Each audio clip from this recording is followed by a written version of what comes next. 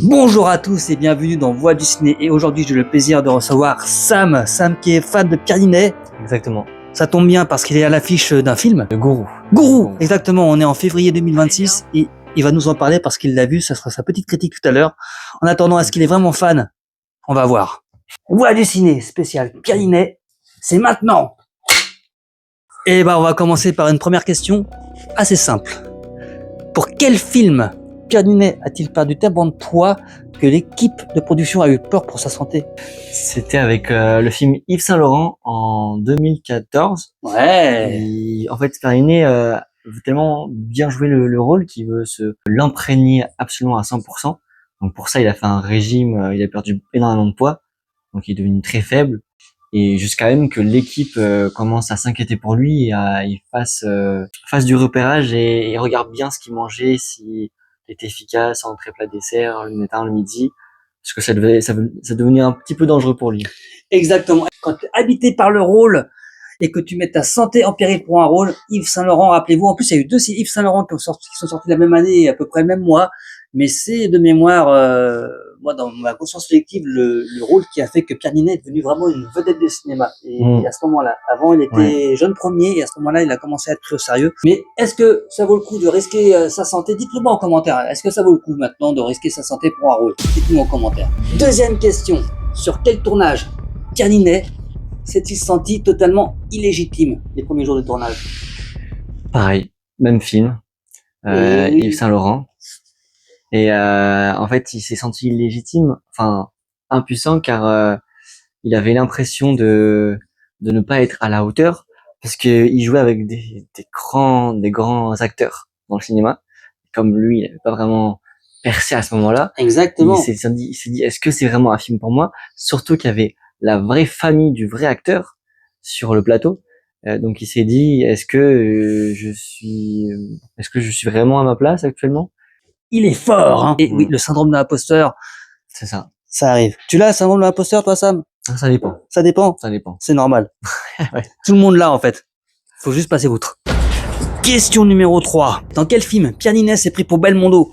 Si. Et a insisté pour faire lui-même ses cascades? Il me semble que c'était avec Jean Dujardin. Il s'agirait de grandir. C'était sur OS 117. C'est exact. OSS 117 en 2021. Encore une fois, comme le film Yves Saint Laurent, il voulait vraiment imprégner ce personnage-là. Et comme c'était un petit peu OS Junior, il voulait faire vraiment ces cascades qui s'entraînent et qui apprennent un petit peu ce milieu, jusqu'à même se surprendre. L'anecdote suprême, c'est qu'on dit que Michel Hazanavicius a été lui-même surpris par la comédien. Mais est-ce que c'est vrai, sachant que c'est Bedos qui a réalisé le film? Est-ce que ce serait pas une fake news d'internet? Ah, ça, peut-être, hein, il y en a plein. Hein. Il y en a trop. Question numéro 4. Quel rôle a poussé Pierre Ninet à travailler de manière obsessionnelle sa voix? Je pense qu'on va être sur le même film. Hein. OSS? Non, celui d'avant. Yves Saint Laurent. Et il me semble que le personnage principal dont il incarnait, il avait une voix un peu space. Tu connais Yves Saint Laurent dans la vraie vie? Dans la vraie vie, non. Tu vois qui c'est ou pas? C'est un grand couturier en fait qui a vraiment marqué le XXe siècle. Vraiment, il est de la trempe de gens. Donc en fait, c'est une histoire vraie, Yves Saint Laurent. Bah oui. Et c'était un homme qui a vraiment changé l'histoire de la mode, vraiment. Et donc il avait une voix assez space et Pierre Ninet il voulait vraiment avoir quasi la même. Donc il s'entraînait des jours, tous les jours, toutes les semaines, même dans la vie quotidienne, il me semble. Ouais. Et par contre, c'est devenu un peu délicat au niveau corde vocale. Donc c'est ça, ouais. Il a plus d'infos que moi, les gars. Je vous le dis. C'est la première fois qu'un invité a plus d'infos que moi sur l'émission. Non mais c'est un banger. Et toi, t'as même vu son dernier film d'ailleurs, Gourou. Oui, exactement. Tu peux nous en parler un petit peu? Alors en fait, Gourou, c'est l'histoire d'une personne qui fait des formations, mais en présentiel et même en ligne. C'est l'un des meilleurs dans son film. Tout le monde parle de lui, que ce soit à la presse, dans les livres, même il fait souvent des conférences quasi tous les soirs. Sauf que avec ce métier-là, il commence à partir un petit peu en cacahuète et il commence à faire des bêtises sur des bêtises. Je vais pas vous spoiler, mais allez voir, c'est très intéressant. Bah, très bien. Toi, tu l'as aimé? Alors moi, j'ai aimé le jeu. Qui n'a pas aimé le jeu de Pierre Ninet? Pierre Ninet. Mais c'est juste sur l'histoire, c'est un petit peu pas très réaliste parce que le public est vu et perçu comme des petits robots, des petits pantins. Ce qui n'est pas réaliste dans la vie, hein. Bah oui, on n'est pas tous des pantins. Pas tous. Eh oui, pas tous. Et il y a beaucoup de critiques maintenant, même sur les réseaux, donc ça Oui. gâche un peu le. Les réseaux, à part critiquer, ils font quoi? Ne me lancez pas sur les réseaux, je vous le dis. Et mais bon, et ça m'a laissé aussi sur ma fin. J'espère qu'il y en aura un 2 sans vous spoiler, mais à la fin j'étais dommage. Et c'est quoi le meilleur rôle que t'as aimé de Pierre Ninet? Monte Cristo. Je suis le comte de Monte Cristo. Monte Cristo? Le Monte Cristo. Mais, il est long, mais ça passe très vite. Ouais. Et en plus, Monte Cristo. il expliquait qu'il arrivait avant, qu'il partait avant dans le tournage parce qu'il avait des heures et des heures de maquillage. Donc c'était très Très intense. compliqué, intense physiquement et même mentalement. Mais le film était juste magnifique. Et toi, là, devant ton écran, dis-moi en commentaire, c'est quoi le meilleur rôle de Pierre Ninet? Parce que toi, t'es comédien aussi, hein? Mais non! Mais hasard de dingue! Pardon, vous êtes? Vexé? Un petit peu, oui. Un petit peu. On va mettre ton lien en Instagram. N'hésitez pas à suivre, à donner de la force. C'est important de nos jours. Et c'est gratuit, en plus. Alors, Exactement. sans déconner, hein, un petit like, un petit pouce. Tu peux liker cette vidéo aussi, hein, pas de souci. Hein. Et toi, tu veux faire quoi plus tard? Tu veux plutôt dans le théâtre, plutôt dans le stand-up, plutôt dans... Moi, plutôt à la fois mannequinat Ouais. et à la fois mon rêve ultime. De toute façon, comme on dit, si tu ne rêves pas assez, que la personne ne rigole pas en face, c'est que tu ne rêves pas assez grand. C'est d'avoir. Ok, refais-la, je vais rigoler. Et juste mon plus grand rêve, tu sais quoi? Non? Moi, tu sais, c'est comme mon plus grand rêve, ça me touche profondément. Ouais. C'est de faire un film avec que ce soit les acteurs et d'avoir un César et d'être nommé aux Oscars. Tu rigoles. Parce que tu rêves grand, et c'est beau. Question numéro 5. Quel film Pierre Ninet a-t-il découvert qu'un blockbuster pouvait être ennuyeux? Et c'était dans la boîte noire, je crois. Boîte noire, très Ouais. bon film, excellent Exactement. film. En fait, il a raconté qu'il y avait beaucoup de scènes techniques dans les décors et qu'en fait, il bougeait pas beaucoup et que c'était très très ennuyeux. Ouais. Et c'est très ennuyeux comme comédien. Question numéro 6. Six. Quel film a marqué un tournant dans sa manière de choisir les rôles? C'était dans les débuts de Pierre Ninet. Il commençait à avoir pas mal de propositions et il était pas vraiment fictif, il prenait vraiment tout. C'était le film France et c'était en 2016. ouais, c'est ça, 2016. 2016. Tu connais le film? J'ai vu tous ces films. C'est toi le plus grand fan en fait. Excusez-moi, mais je suis le plus gros fan de Pierre Ninet. D'ailleurs, si tu veux dans la voie du ciné, Pierre, vas-y. On t'attend ici sur le canapé bleu. Et c'est là, il y a une place pour toi.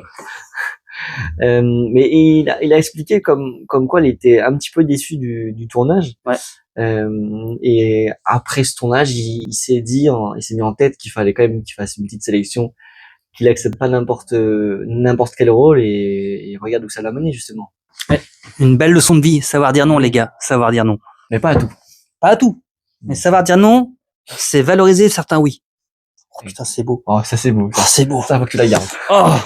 Question numéro 7. Quelle est l'une des peurs récurrentes de Pierre Ninet sur un tournage? Prends ton temps, je prends un café. Ok, ça c'est bon, ça m'est revenu. En fait, Pierre Ninet, tu vois les rôles qu'il fait, Ouais. comme exemple le dernier qui est sorti là, Ouais. il est un peu détestable dessus. Ah, légèrement. Légèrement. Et il a peur justement d'être trop lisse sur à travers un rôle, trop calme, trop le néant. C'est comme en humour, hein. On rigole du malheur des autres et pas du bonheur. C'est vrai. Eh ben c'est comme les films. Il préfère être détesté ou qu'on n'aime pas sur un film que être trop calme, trop ennuyeux, parce que justement, c'est comme ça qu'on se souvient de lui. Allez, dernière question. Last.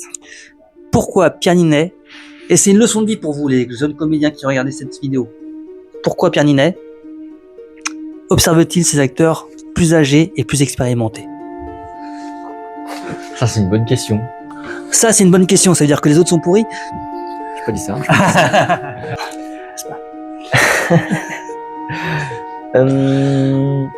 Sur les anciens, ces aînés, sur leur façon, c'est un peu entre deux prises quand lui il est off et que eux ils sont sur scène, leur respiration, comment s'exprimer, les silences, parce que faut savoir que le silence et la respiration c'est très important. C'est comme en humour, tu peux faire un sketch où t'as des temps de latence et des silences différents, les gens vont rigoler et tu t'attendras pas. Et comment exprimer une émotion sans rien dire avec le silence? Regarde. Non verbal. Exprime la surprise. Tristesse.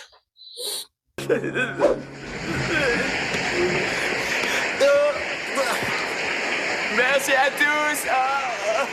Oh chérie, vous m'aimez, chérie. Mais ouais, c'est le non verbal, ouais. Toutes les émotions qui dégagent avec le visage. Mais oui, c'est le plus important. Exactement. Et c'est ce qu'on attend de toi, Sam, Bah oui. que tu exprimes bientôt le non-verbal. En tout cas, merci d'être venu et de nous avoir parlé de Pierre, le grand Pierre Ninet. Moi, j'avais une question. Oui. Avant le tournage, tu m'avais dit qu'il y avait une invitée surprise. Ouais. Je pensais que c'était Pierre Ninet. Ouais. Là, c'est fini, donc je voulais savoir où Ah, ça en était. D'accord, tu pensais que Pierre était une invitée surprise. Un invité, pardon. Ah oui. Un invité. Il est pas là? Eh ben, je crois qu'il arrive en pédalo et qu'il arrivera plus tard. Ah. Par contre, Ah oui, je vois, il a une panne. Ah mince. en moins surprise, bientôt, les enfants, notez bien, je vais recevoir une cascadeuse actrice qui a travaillé sur plus de 300 films français et hollywoodiens, dont Le Pacte des loups, dont The Killer, dont Lucie. Elle va nous parler de son métier. Ah oui. Elle va nous parler de ses contacts, elle va nous parler de comment faire ce métier, de ses conseils. Donc la petite cloche pour aller vous payer, parce que là, les gars, vous allez avoir une des plus grandes cascadeuses du cinéma français. Elle a plus de 300 films. Je sais pas si vous imaginez 300 films. Je sais même pas comment c'est humainement possible de faire 300 films en 40 ans. En 25 ans de métier. Ah, c'est beaucoup. Hein. C'est beaucoup, et vous verrez sa filmo, je vous le dis, les plus grands films hollywoodiens et français de ces 25 dernières années, elle était dessus. Alors, la petite cloche, et nous on se voit très vite dans Bas du Ciné. Ciao, ciao. Ciao. Je m'étonne, ça détonne, du poker de ma vie.